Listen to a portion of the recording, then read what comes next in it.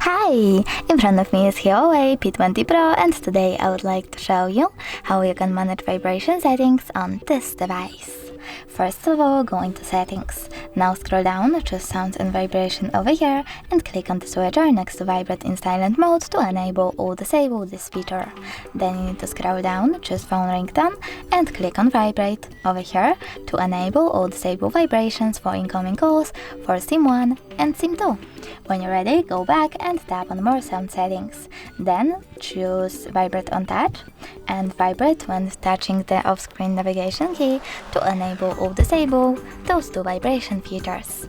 Thanks so much for watching. If you enjoyed this video, leave a like, comment and definitely subscribe.